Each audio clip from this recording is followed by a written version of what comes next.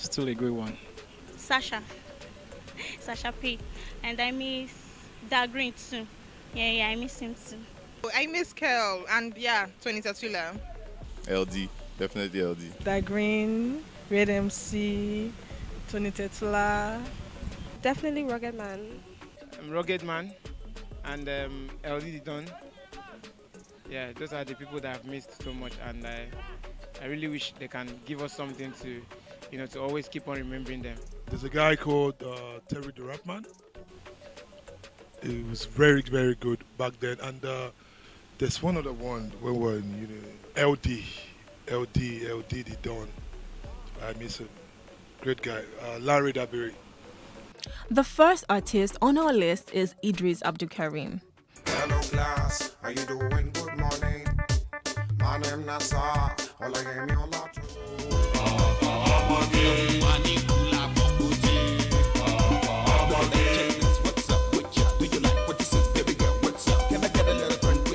Idris Abdulkarim Ajeni Fuja is a Nigerian hip-hop, R&B, and Afrobeat artist, songwriter, and singer. He was a lead rapper of the defunct Nigerian hip-hop band The Remedies. He was once regarded as the foremost rapper in the Nigerian music industry, with some unforgettable songs such as Jaga Jaga, Clean Up Ninja, Mr. Lecturer, among others. His songs were famous for criticizing the Nigerian government and its institutions. For this reason, many of his hit songs were banned from being heard on radio but could be played in clubs. He has 7 studio albums under his belt from titles like PASS and Mr. Lecturer, both released in 2002, to Unfinished Business in 2010 and others in between. After Unfinished Business, Idris had a 10-year hiatus and came back with Nothing But the Truth in 2020. In July 2022, Idris revealed that he came down with kidney failure, and a month later, the singer successfully underwent a kidney transplant, with his wife donating one of hers to him. He is fully recovered now, and we can only hope for more music from him. My brother, sister, it's time to wake up. Empty sweat make you go for your checkup. Second night, I don't know how to thank you, but I want you to know that I love you. Next is Tony Tetula.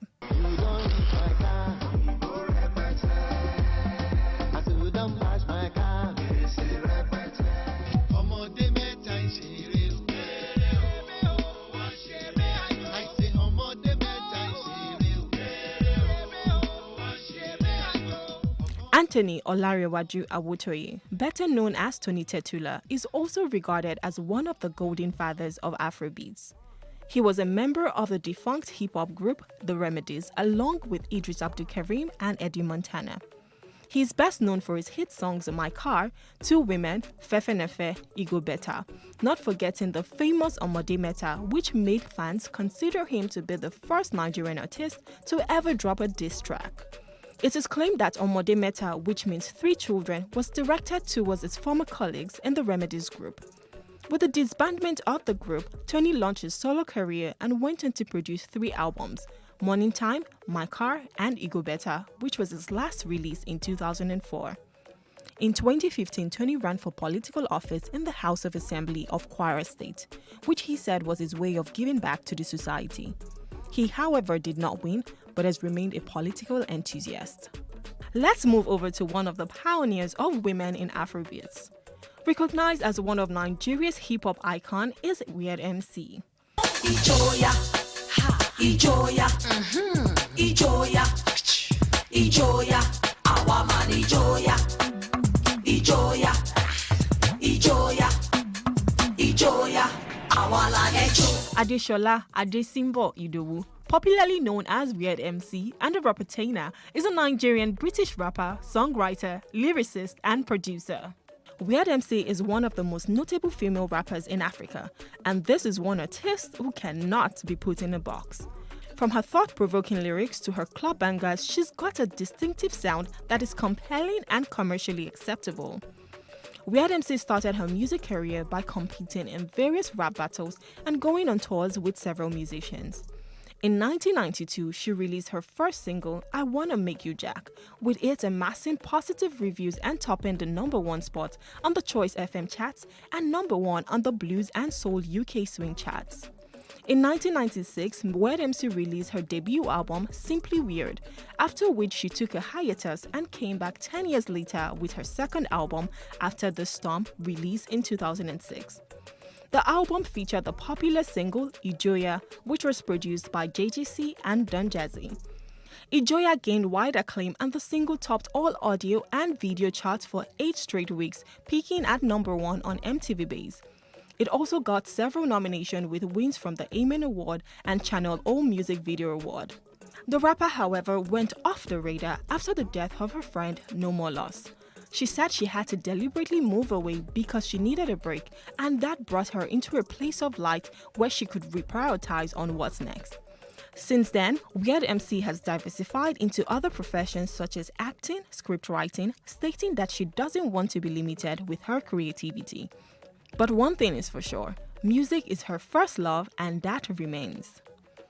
Another artist known for his exploits in the Nigerian music industry is Rugged Man, or Ruggedy Baba as he is fondly called. Move your body, make you shake that thing where you get. Let the music enter your head.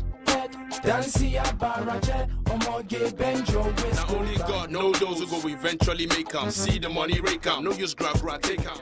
A real name, Michael Ugochukwu Stevens, was one rapper who was independent throughout his career.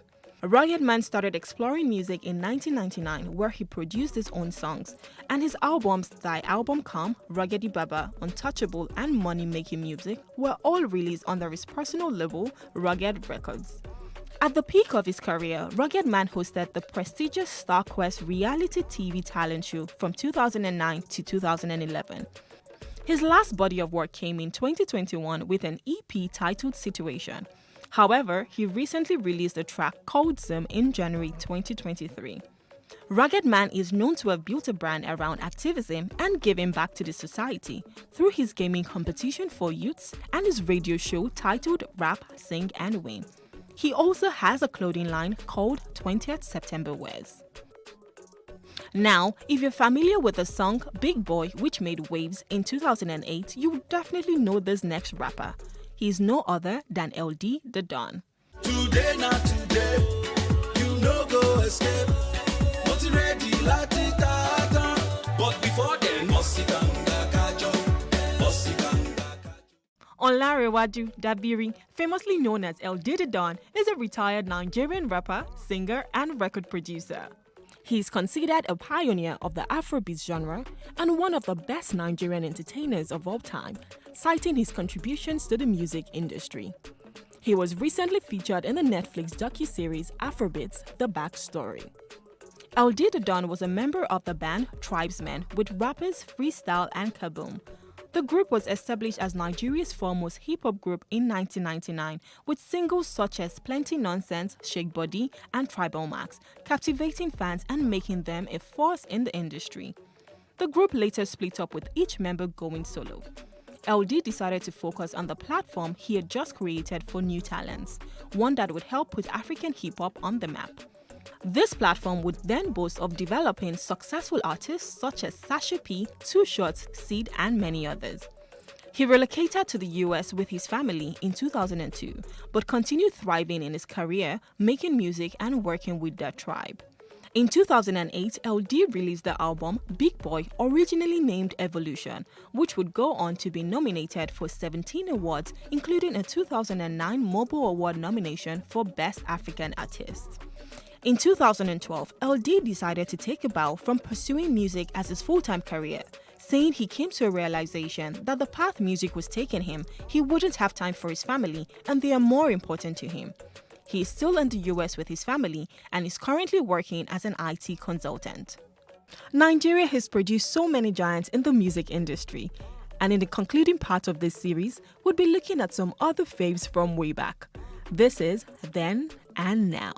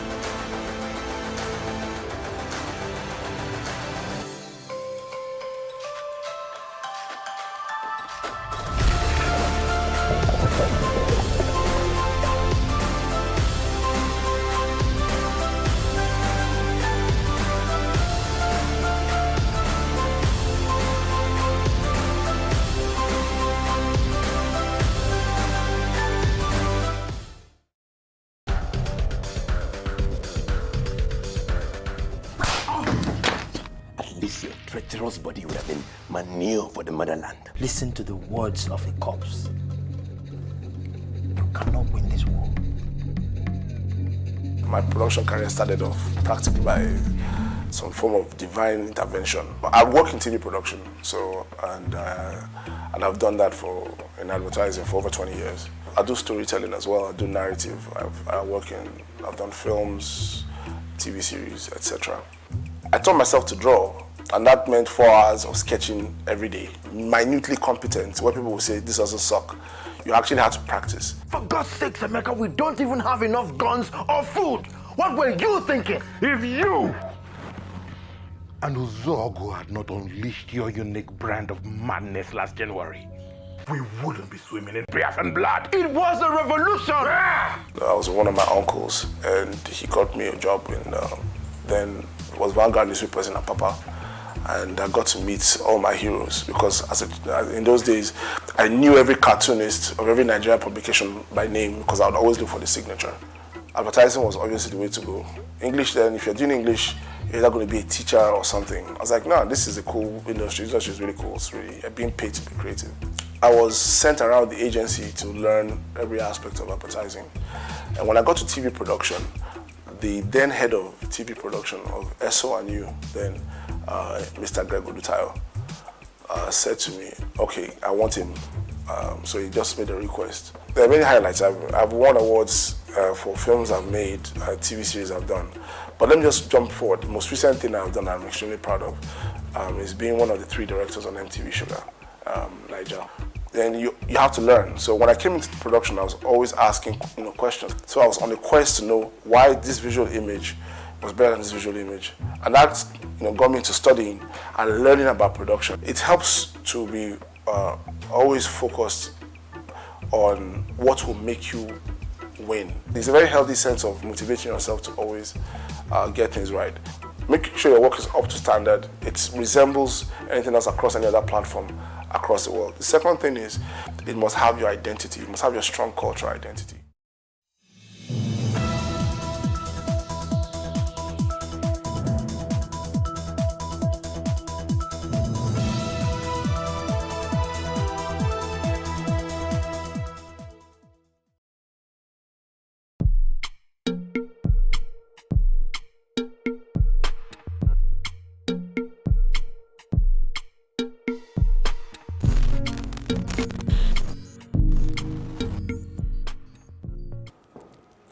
Hello and welcome to Plus Events, your #1 diary show that brings you the best and biggest events to your screen. I am Uyime Elijah, and on today's show we have an interesting event you would absolutely enjoy.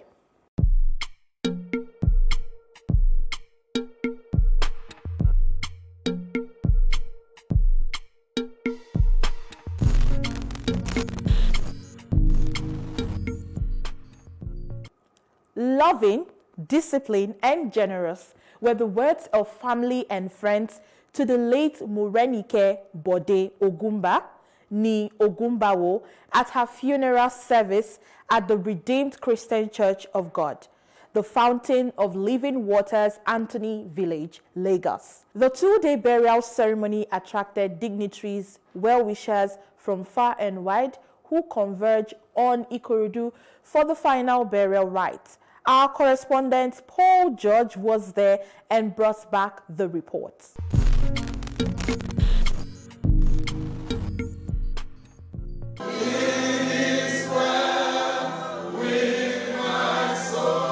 Men and women, young and old at this congregation wore mournful looks. It was a moment of sadness and celebration of a life well lived by Mrs. Morenike Bode Ogumba. Tributes poured in one after the other from her friends and those who had some experiences with her when she was alive. The son, Adedapo Ogumba, and one of her daughters-in-law, Layo Shola Daniels, spoke about her good deeds, wishing her eternal rest. My mom was a mother indeed. She practically gave her life for us. She was very tough. She was a disciplinarian, but after 50 years of life, we look back and we realize that that discipline was worth it. And we love her so much. She was so wonderful. And we will miss her, but we know she has gone to a better place to be with the Lord. She was brutally honest. She knew what she wanted. And more often than not, we may not agree with her, but we always found out that whatever she said was actually the right thing to do. She had a way with people. She was a people lover. Even though she would say she has favorites, she would tell me that the other one is her favorite. Then she'll go to the other one and tell her that I'm her favorite. You can see the children. She raised 4 boys single-handedly, and all of them turned out well. I know that she's already with Jesus. Her bosom friend and confidant, Adoni Kasim, shed tears as she recounted great memories of her. I miss her so much. Meanwhile, the senior pastor of the Redeemed Christian Church of God, the Fountain of Living Waters, Conrad Meime, gave exhortations from the book of James, chapter 4, verse 13 and 14. She was a frank someone. She would tell you the truth. It doesn't matter whether you agree or you don't agree with her. In my marriage, she helped me. I'm going to Jerusalem. She was the one that facilitated my journey. She told me that when she comes back, she will make sure that that's Lekon, did my own. I miss her. Ibi iwájú tó kọjú sí kò ní fẹsẹ̀ kọ́ o, kò ní jọ̀kùn, kò ní jèkò lóhun tó ń jẹ lọ́hùn ló máa bá wọn jẹ. The scripture we just read in James chapter 4 says, "You who have made plans for tomorrow, how do you know what your life will be like tomorrow?" The next day, well-wishers converged on Ikorodu for the burial proper. The pallbearer, in celebration of the late Mommy Ogumba, as some called her, displayed their dancing steps, adding color to the ceremony. The senior pastor of the Fountain of Living Waters, Pastor Meime, prayed.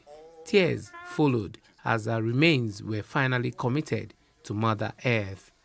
The celebration of life continued with a reception after a short service held for the late MBO. The second son of the deceased, Adeyinka Shomotun, said if reincarnation was possible, he would want her mother back. Other members of the family, Victoria Omoboale Ogumbanwo and Owolabi Ogumbanwo, also paid tributes to their late sister.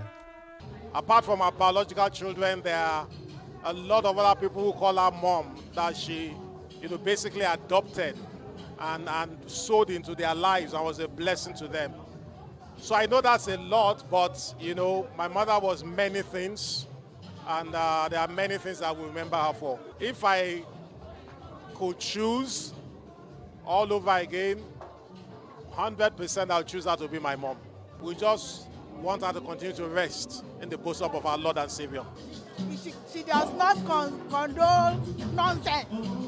If you say anything, she will scold you immediately. That is that. So she's a good woman. Very good. Well, I wish her. When you look at her, you have seen our mother. There's no good thing to say about that than it is well with her. And even in her death, we will still continue to love her. Morenike Bode Ogumba Ni Ogumbanwo was born on March 8, 1941 in Shagamu to Mr. Emmanuel Adebayo Ogumbanwo and Madam Ramotu Ogumbanwo. She died on December 26, 2003. Paul George, Plus TV News.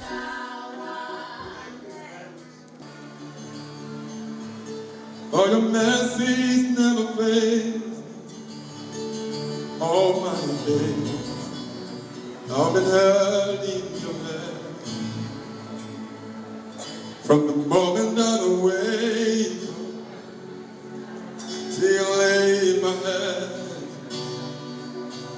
I will sing of the goodness of God. All my life you have been faithful. All my life you have been so good.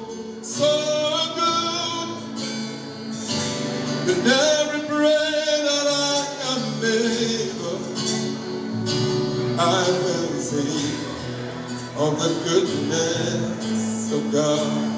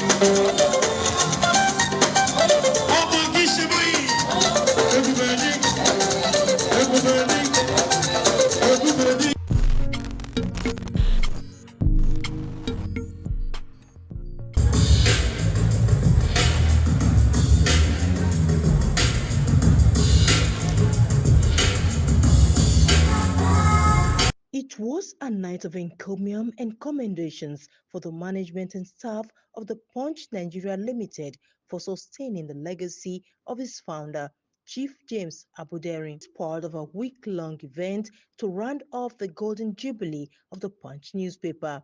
The atmosphere was stunning, alluring, and mesmerizing with special lighting, sophisticated decor, flowers, and serene music.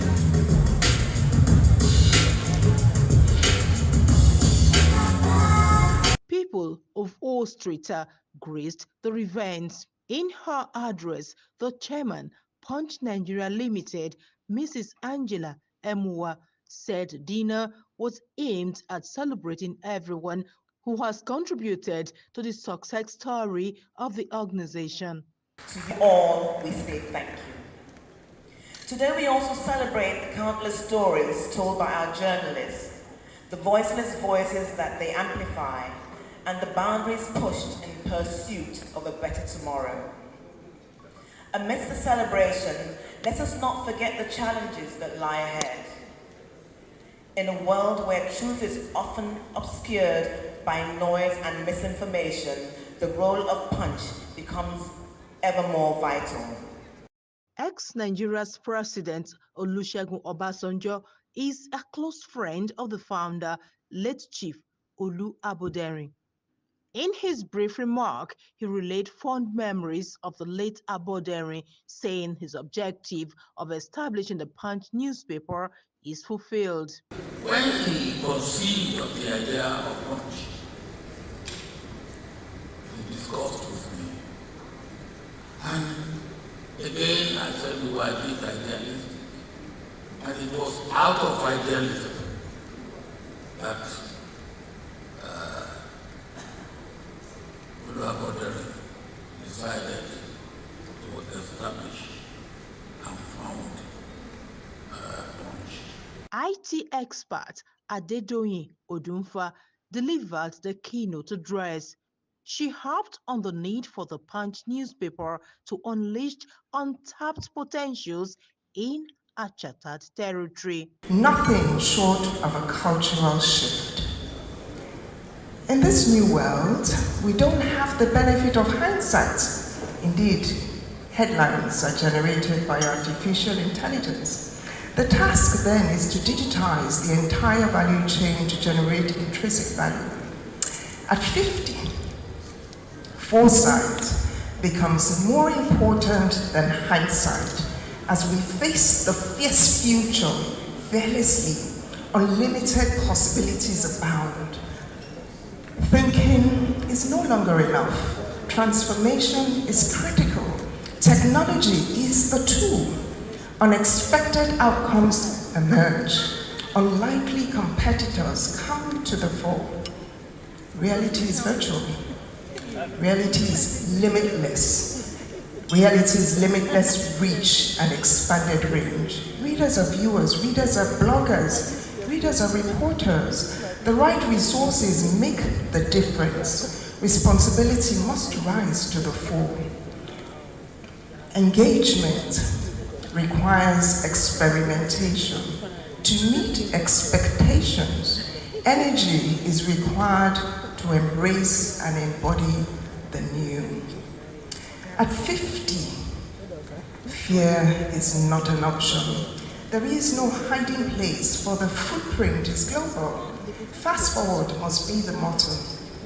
Incumbency is a double-edged sword. Inertia is dangerous. Informing is no longer enough. Interactivity is the norm. Ideas rule the world.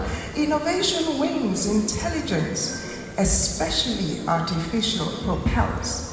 Influence impacts. Surviving 50 years in a challenging economic climate such as Africa is indeed no mean feat. No wonder the large turnout. Eulogies, encomiums, and commendations rent the air for staff and management of one of Nigeria's oldest newspapers. One thing that Punch is noted for is that you don't bribe to get your story published. They choose what is right and they stand by it. And Punch has done extremely well. Other newspapers should follow the suit. You don't have to pay to be in the Punch newspapers. What you say, what you do will qualify you to be in the Punch newspapers. Punch will continue to grow stronger and stronger, and that is my prayer for Punch newspapers. Definitely yes, and all of us need to agree that Punch newspaper has really performed quite creditably well in discharging the function a media institution should have in any given society. And they've been there for 50 good years. And I've been a member of this industry to say, and I know the importance all of us attach to what we see and how Punch, provides a story. And in 50 years, they've really done well. I was not there, or let's say I was not there in 50, but at least in the past 20, 25 years that I've followed Punch closely, they've discharged their duty. Good editorial, good stories. They serve as the watchdog for the society. They've kept government and every stakeholders in check. But to me, they've done quite well, and we need to praise them and praise the management of Punch over the years for sustaining the legacy left by Chief Abodere. Traditional media is going through a lot of evolution and changes. And like the guest speakers said today, at 50, it's time for Punch to fast forward, into the future, looking at the dynamics of the global media landscape and innovate to meet the challenging times. And I have no doubt that they've built resilience and they have the capacity to be able to evolve in response to the times that we are in. And I have no doubt that will evolve. Earlier in her welcome address, the chairman of the anniversary committee, Wumi Tunde Obe, disclosed that the unity in the family had kept the media house going 40 years after the passing of the founder. Highlights of the event was a cutting of the anniversary cake.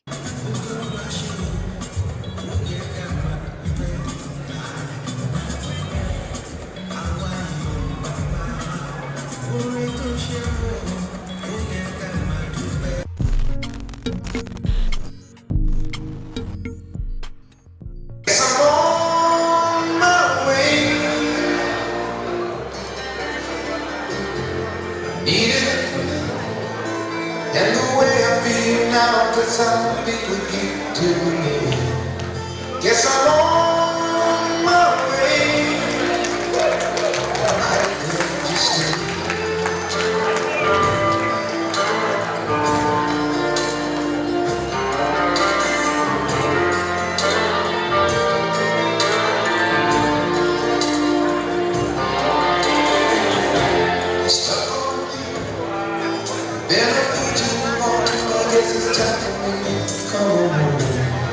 Guess I'm on my way.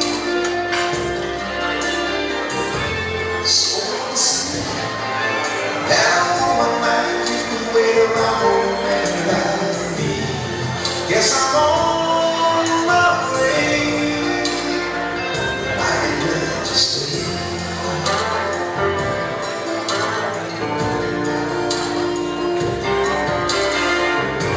Over the years, the IA Foundation has been transforming lives and changing the face of education in Nigeria and indeed Africa through its charity ball and fundraiser.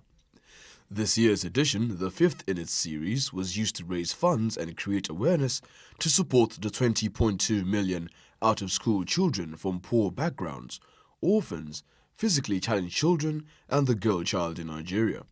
The founder/CEO of IA Foundation, Mrs. Ibironke Adiagbo, speaks on the essence of quality education, which she describes education as the bedrock of every society, recognizing it as a crucial element for the overall development and prosperity of the nation. The reason we have lots of out-of-school children is because so many years ago, some children were on the street, nobody paid attention to them.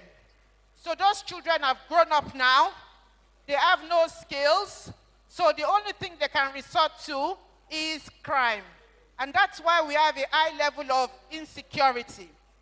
So this is an opportunity for me and you to do something to reduce the insecurity challenges we have in Nigeria.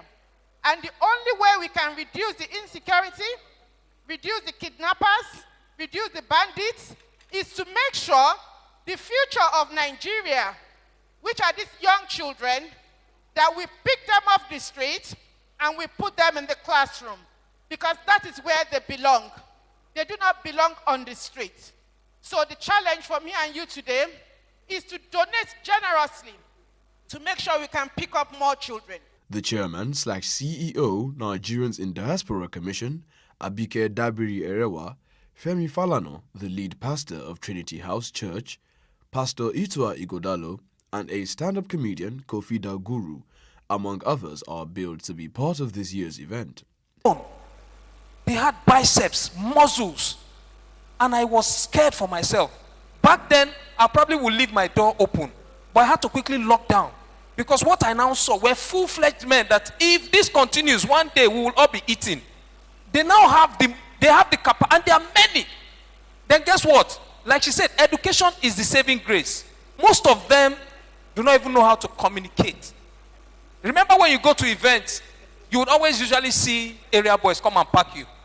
I was at a function recently. One Oyibo man came inside. Mr. Kofi, can you please? I don't know why the gentleman outside is asking me to cut my hand. I said, cut your hand. Okay, let's go. We got downstairs. I saw the area boy that packed the Oyibo. I like Kilon Shele. Babami. Shebi na me they park this side. When the Oyibo come, he park. I open for him, he park. As he won't come out, now I tell him make you reverse back. Now, the tautology is allowed in Yoruba land. Reverse back. Reverse is to go back. When you add back, it's the same. So as they reverse back, now I tell him make it cut in hand.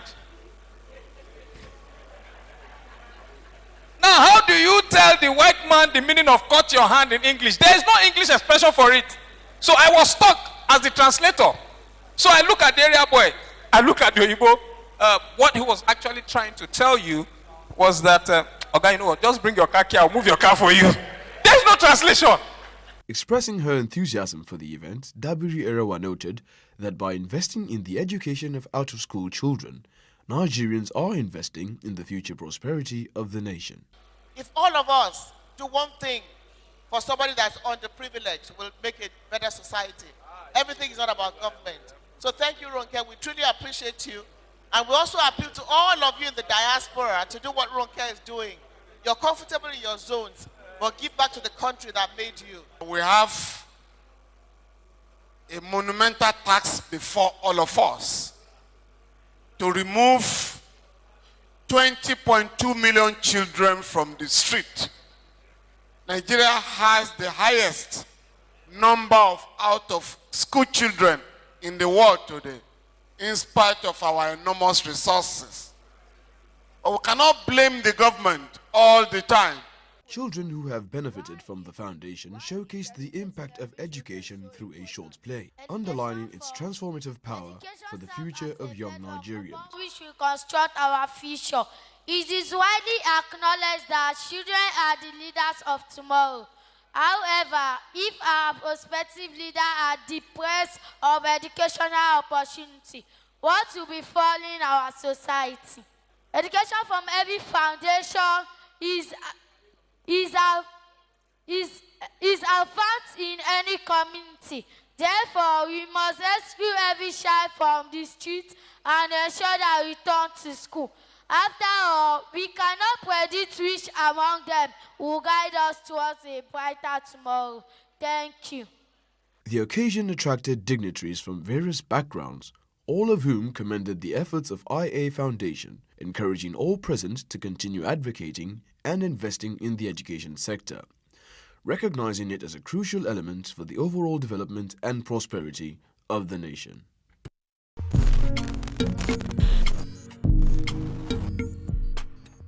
Well, that's a wrap for today. I hope you enjoyed the events on the show today. Remember, if you want to showcase your events to the world, Plus Events is the place for you. Subscribe to our YouTube channel at Plus TV Africa Lifestyle. I am Uyime Elijah.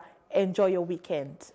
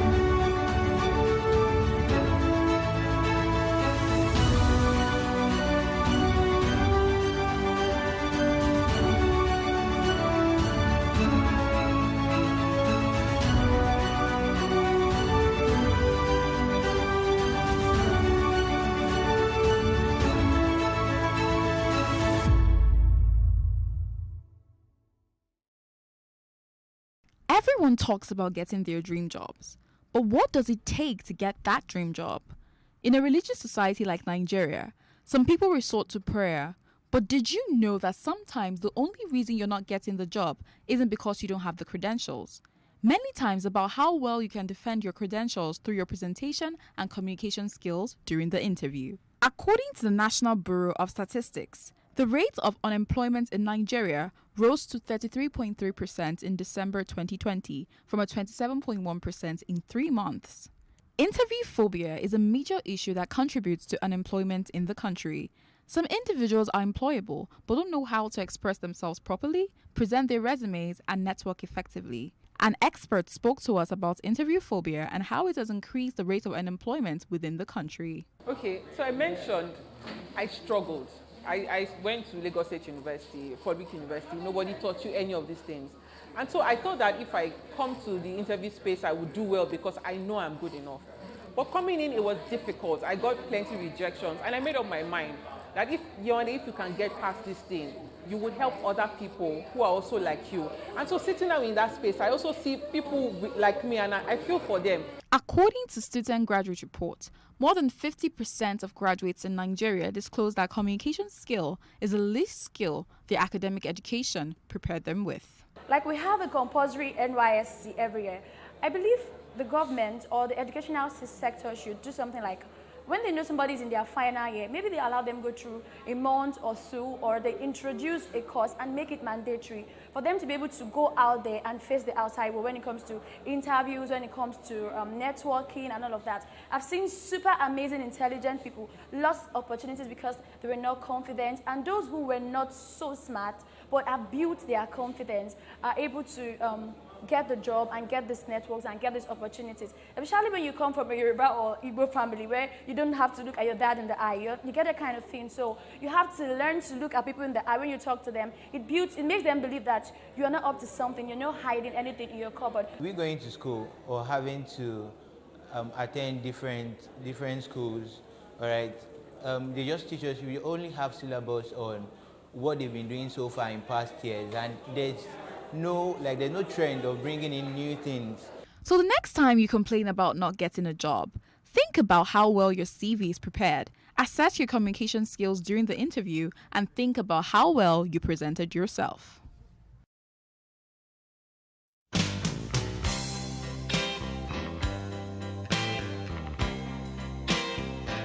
Nobody go ask if you don't chop. Nobody go send you free money.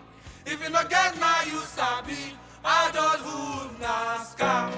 Adulthood na Scam is a popular song depicting the travails of being an adult and the responsibility that comes with it. There is no time the enormity of the responsibility dawns more than after graduation. After graduation is the time to make use of and put into practice the knowledge gained by students. However, the current higher education system is still struggling to bridge the gap between school and the workplace for students. The needs of the workplace differ, and something as simple as writing a CV is not taught.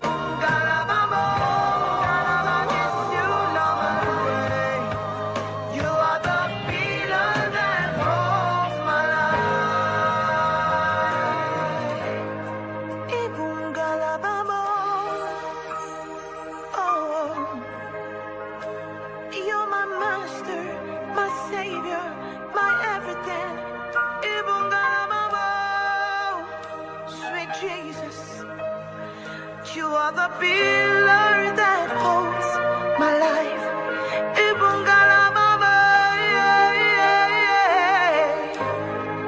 I'm lost without you, God.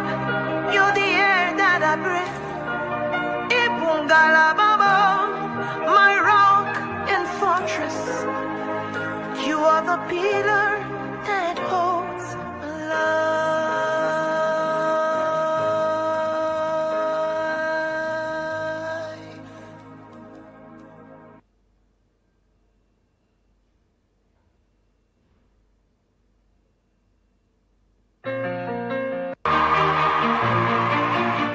Here again, it's Camp Meeting 2024. Dominion City specially invites you to her most anticipated revival meeting. Everything about your life is about to be transformed as you get set for unforgettable encounters.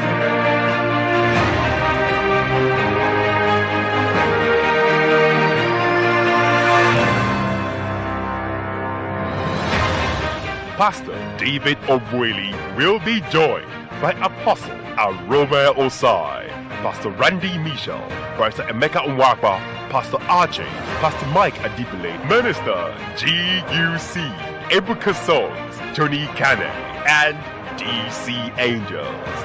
Join us from Thursday, March 28th to Monday, 1st of April 2024, 8 a.m. and 5 p.m. daily. At Golden Heart Place, kilometer 22, Lekki Epe Expressway, Ajah. You can't afford to miss this encounter, as there is a testimony with your name on it. So plan, pray, participate. Visit www.dominioncity.cc for more information. Be there.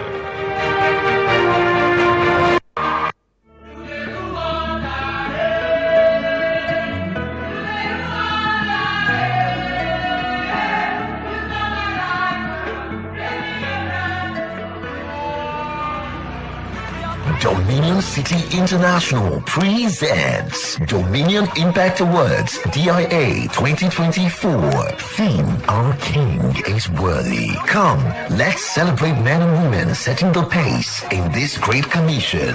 Award categories includes Music Awards, the Dominion City Star Award, Media and Technical Excellence Awards, Loyal Disciple Awards, Social Impact and Community Development Awards, and many more. Side attraction, red carpet, comedy, stage play, music performances, dance and spoken word. Date: Sunday, 31st March. Time: 4 p.m. Venue: Golden Heart Place, kilometer 22, Lekki Epe Expressway, besides Lagos Business School. Dominion Impact Awards 2024, celebrating excellence in ministry.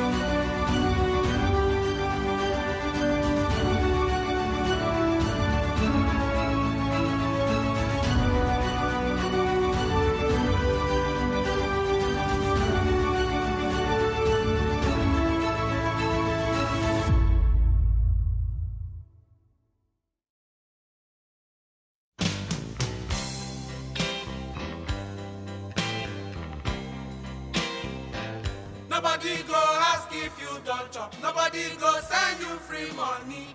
If you not get now, you sabi. Adulthood na scam. Adulthood na Scam is a popular song depicting the travails of being an adult and the responsibility that comes with it. There is no time the enormity of the responsibility dawns more than after graduation. After graduation is the time to make use of and put into practice the knowledge gained by students. However, the current higher education system is still struggling to bridge the gap between school and the workplace for students. The needs of the workplace differ, and something as simple as writing a CV is not taught in the classroom. How to apply what you have learned in school in the workplace is usually a knowledge gap that most graduates struggle with after graduation.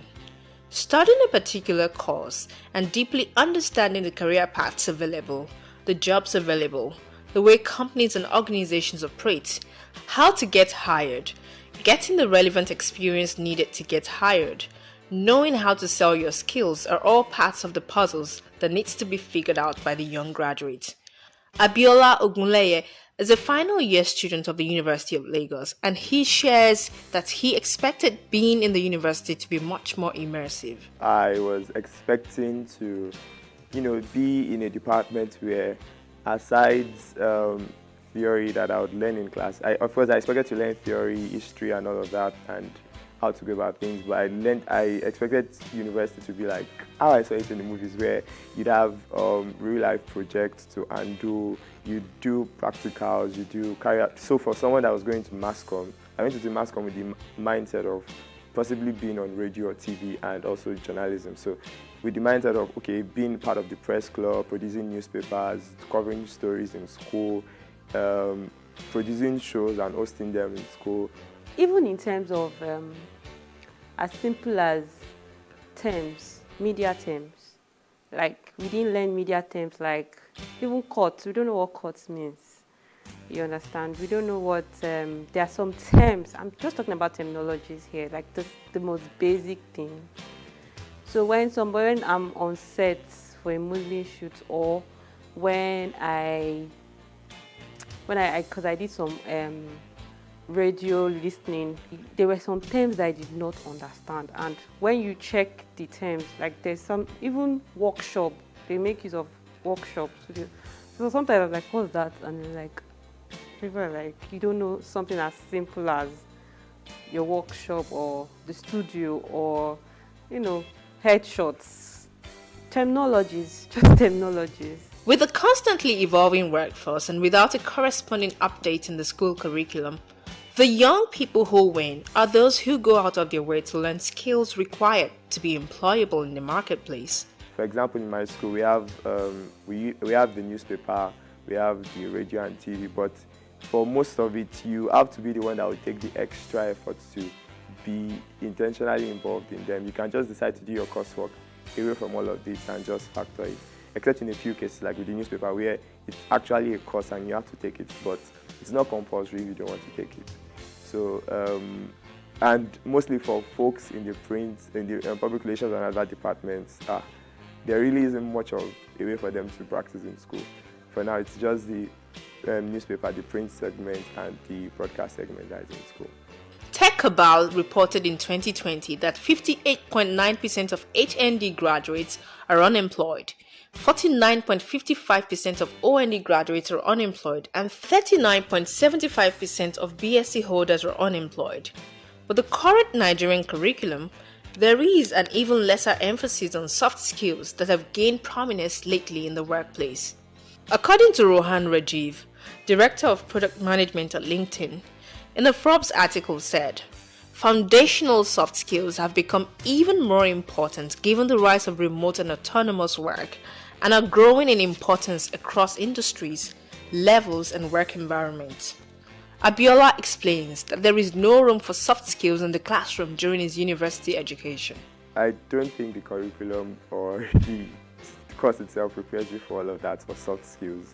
It's just mostly, what happens is that they mostly focus on the course itself and not the soft skills. Yeah, they try to implement it in terms of maybe when you are doing group projects, you have to collaborate with others. That's teaching you teamwork. You have to do research on your own. You have to do a couple of other things on your own. To learn all of that, it's going to be more of personal development on your own. And I think that's what, so little associations here, like student associations, will now take up all of that and introduce other aspects that the school is not entirely focusing on. But when it comes to the core academic content is what schools are majorly focusing on delivering. As many universities strive to update their curriculum and arm students with the skills they require to compete in today's labor force, the onus lies on students to take the extra effort to research, learn, and put themselves out there to get the required knowledge to survive. Some of the ways to prepare for life after school are extra research. Apart from the